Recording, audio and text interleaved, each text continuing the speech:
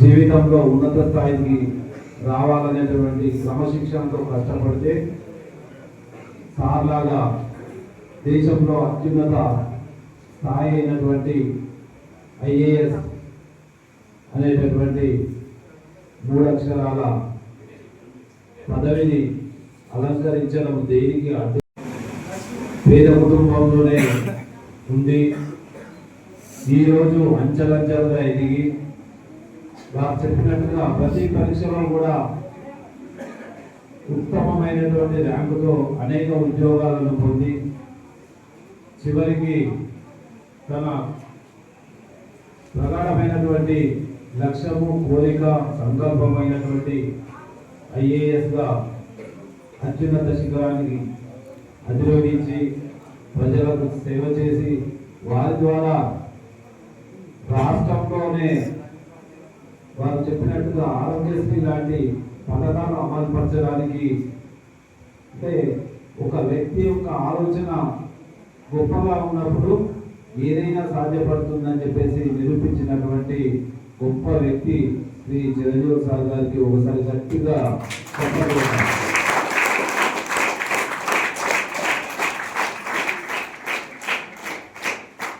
మీరందరూ కూడా వారి యొక్క జీవితాన్ని ఆదర్శంగా తీసుకొని వారి స్ఫూర్తి పొంది అదేవిధంగా పరీక్షలకు కాకుండా సార్ ఇప్పటికి కూడా 4 గంటలు లేచి తాను ఇంకా నిరంతర విద్యార్థిగా చదువుతుందంటే అది చాలా గొప్ప స్ఫూర్తినిచ్చేటటువంటి మాటలు.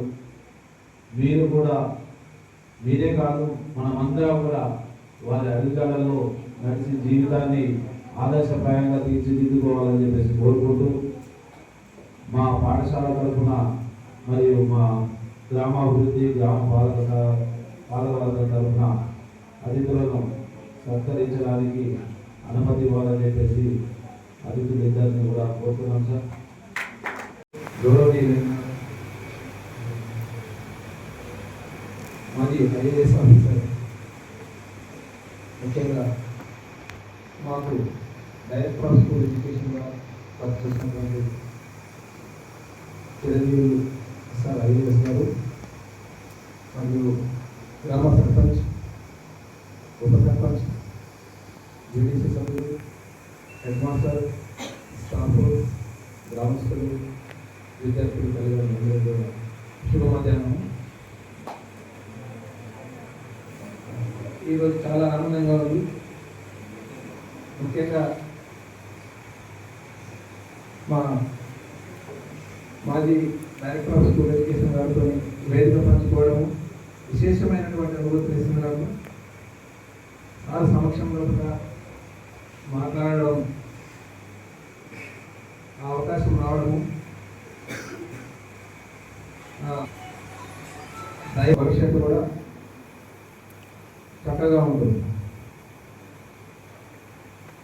ఈ 6th క్లాస్ నుంచి 10th క్లాస్ చాలా అంటే చాలా క్రూషియల్. మీ యొక్క లైఫ్లో కూడా చాలా అంటే చాలా క్రూషియల్. 6th నుంచి 10th క్లాస్. పేదరికం మనం ప్రతిభ కట్టడం కాదు, ప్రతిభ ఎవరి సొత్తు కాదు. గ్రామీణ ప్రాంతం నుంచి వచ్చినటువంటి వాళ్ళకు తెలివితేటలు ఉండాలని కూడా మూర్ఖత్వం. 100% పట్టణ ప్రాంతాల వాళ్ళ కంటే గ్రామాలను చదువుకుని వచ్చినటువంటి వాళ్ళకు తెలివితేటలు ఎక్కువ. మనము ఇక్కడ గ్రామీణ ప్రాంతం నుంచి వచ్చినప్పుడు జీవితాన్ని వడబోస్తాం కాబట్టి మనం ఏ ఉద్యోగం చేసినా 100% సక్సెస్ఫుల్గా ఉద్యోగం నిర్వర్తించవచ్చు. ఇవాళ ఒక ఉద్యోగం నాకు వచ్చిందంటే నేను సంతోషంగా ఎప్పుడు లేను. ఆ ఉద్యోగంలో కూడా కొత్త పద్ధతులు ఏది అవలంబించాలో, ఎట్లా చేస్తే ప్రజలకు మేలు జరుగుతుందనేటువంటి ఉద్దేశంతో కూడా నేను ఎక్కువ ఉద్యోగాల్లో పనిచేస్తాను.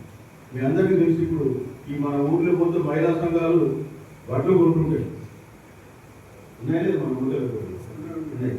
అది స్టార్ట్ చేసినదే నేను కరీంనగర్లో ఉన్నప్పుడు మొట్టమొదట మొక్కజొన్న కొనుగోలు ఉండేది. అప్పుడు మొక్కజొన్న మార్కెట్ రేట్ 540 ఎంఎస్పీ. ఇక్కడ వ్యాపారస్తులు 440 ఇస్తే గొడవ ఉండేది. దాన్ని సాల్వ్ చేయాలని ఆ పద్ధతి తీసుకొచ్చింది. నేను అంత డీటెయిల్ మీకు చెప్పదలుచుకోవాలి.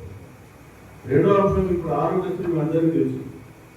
ఆరోగ్యశ్రీ స్కీమ్ కింద హాస్పిటల్ ఆరోగ్యశ్రీ కంటే మొదలు ఆరోగ్య రక్షణ అనే స్కీమ్ నేను ఇంప్లిమెంట్ చేసినాక అప్పుడు ముఖ్యమంత్రి వైఎస్ గారు ఆ స్కీమ్ను పేరు మార్చి ఆరోగ్య శ్రీ అని చెప్పారు.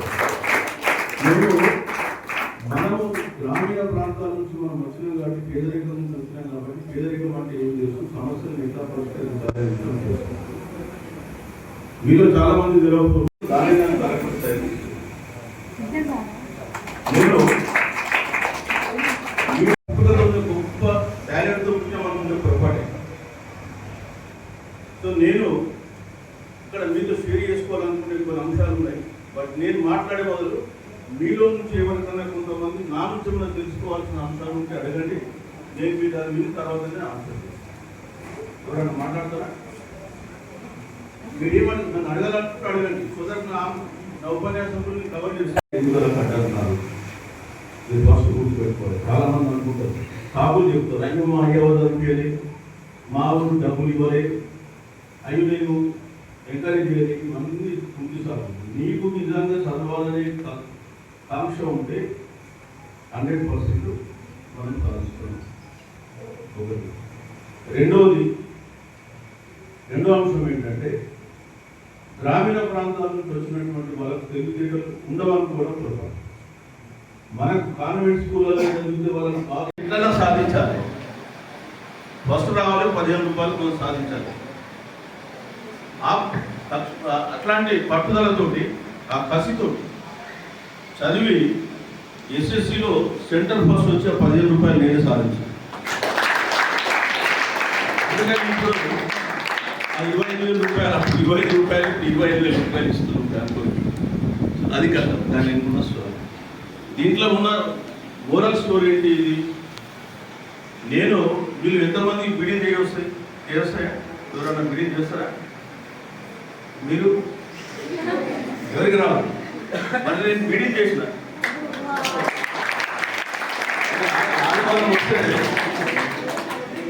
ఆదివారం వస్తే మీరు వినండి, ఆదివారం వస్తే 2,000 బిడీలు ఉంటుంది. 2,000.